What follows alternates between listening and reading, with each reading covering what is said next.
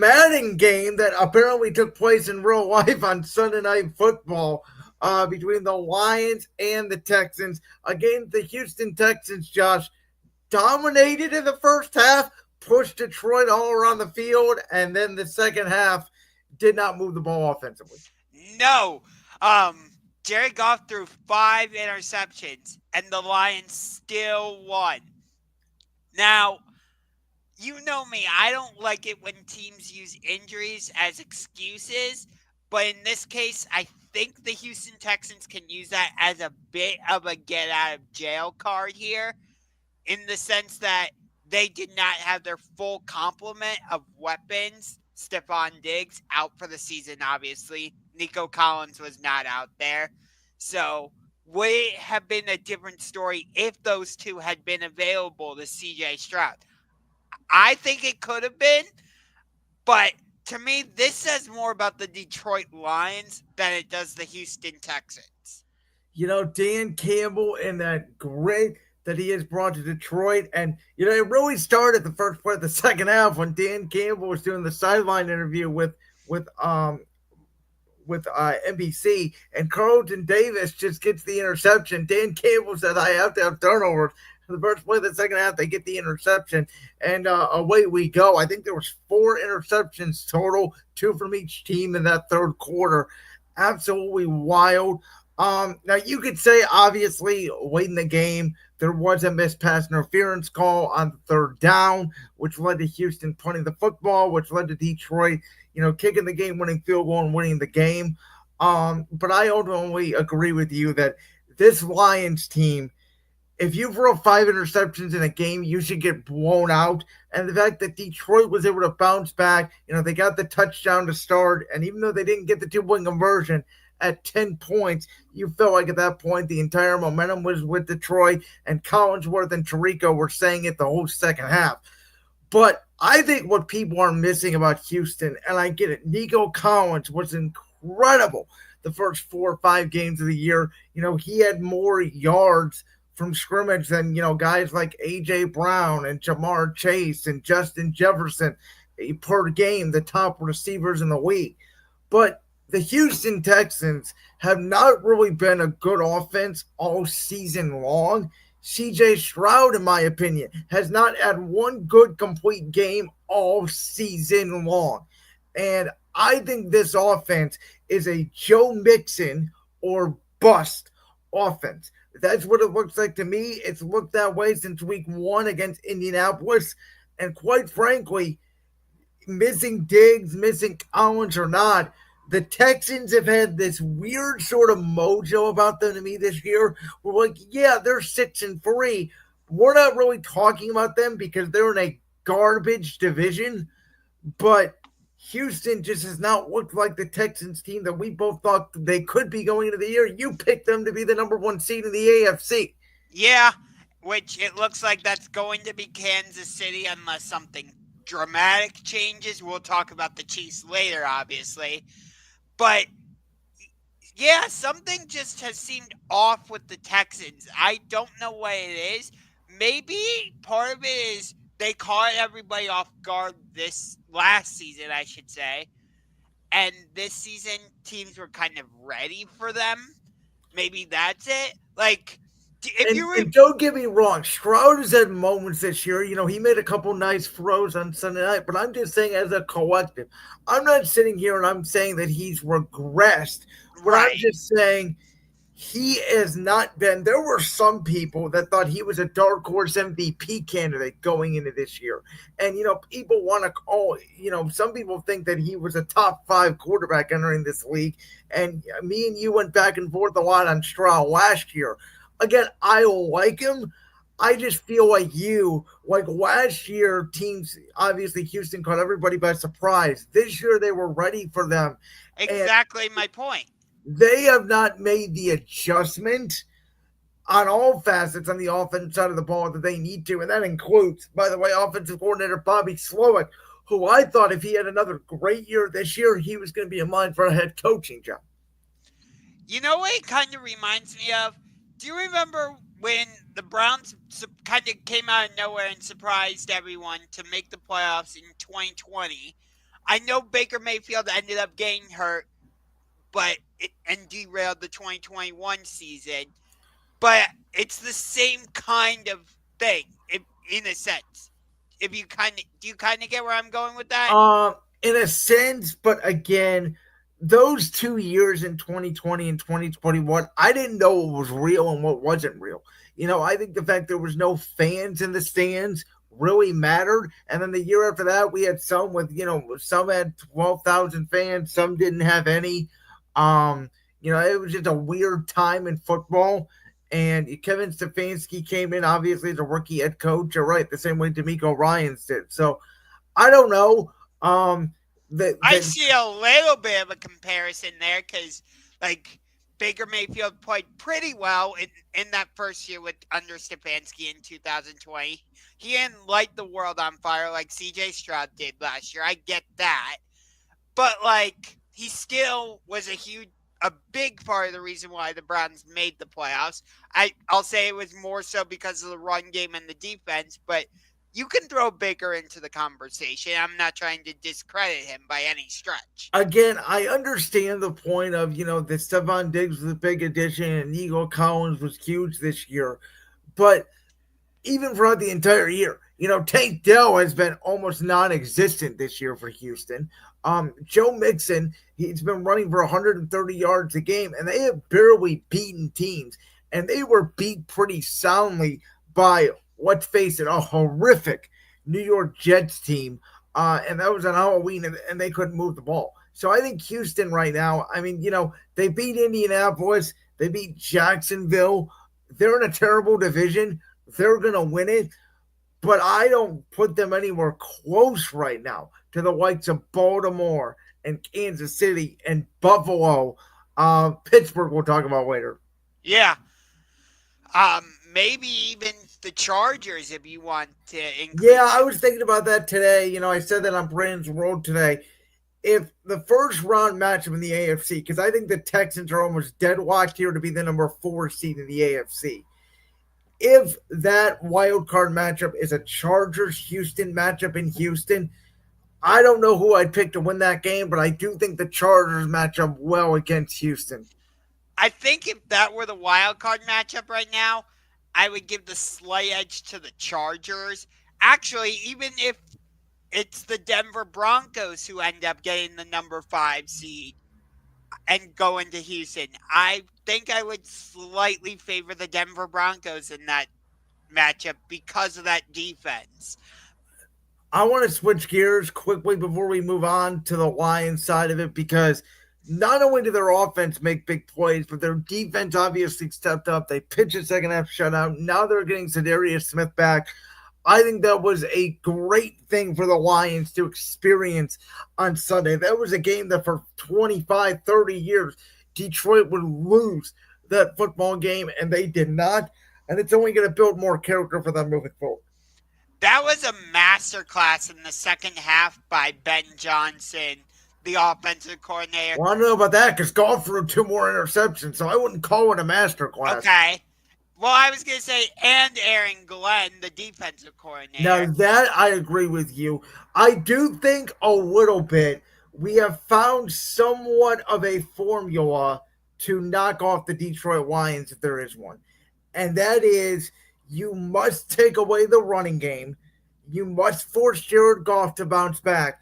And if you blitz and you force Jared Goff off his first read and quickly, he can revert back to occasionally the Jared Goff that we saw at the end of his tenure in Los Angeles and the start of his tenure in Detroit. Yeah. Um, but you got to have your full complement of weapons if you're going to beat the Lions. We saw that fully on display as well. Okay, so I want to move on to Thursday night because, oh my God. Good Um, Lord. So, okay, let me start with this. Thank you, Jamar Chase, for possibly single handedly saving my fantasy football season. Um, let me start there with that incredible performance. I was facing Jamar Chase in fantasy football, so as soon as I saw what his numbers were, I'm like, yeah, there's no way I'm winning this week. Um, okay. I want to talk about this decision because I know there were so many topics last week. I know Josh wanted to get this in and talk about the Tampa Bay Kansas City decision that we did not get to. But I think both of these decisions are under the same scenario. Obviously, you're less than 30 seconds to go in the game. The other team has a full complement of timeouts. You're down one. Do you kick the extra point and play for overtime? Do you go for two?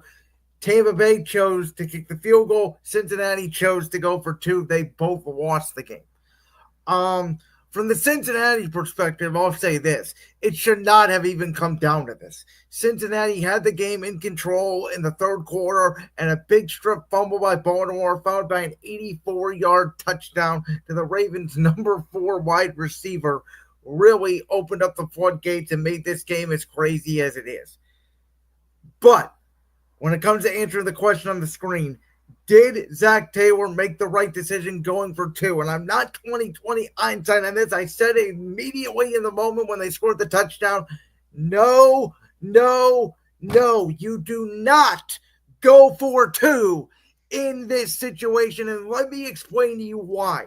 Because mathematically, and the implications of you not getting the 2 point conversion, it's not that you can't get the 2 point conversion, and what happens if you don't. So, if the Bengals do go ahead and, if they call the roughing the passer penalty on the 2 point conversion, if they call the non holding penalty on the 2 point conversion, and the Bengals get another chance, and by chance they make it, that does not guarantee you win the game.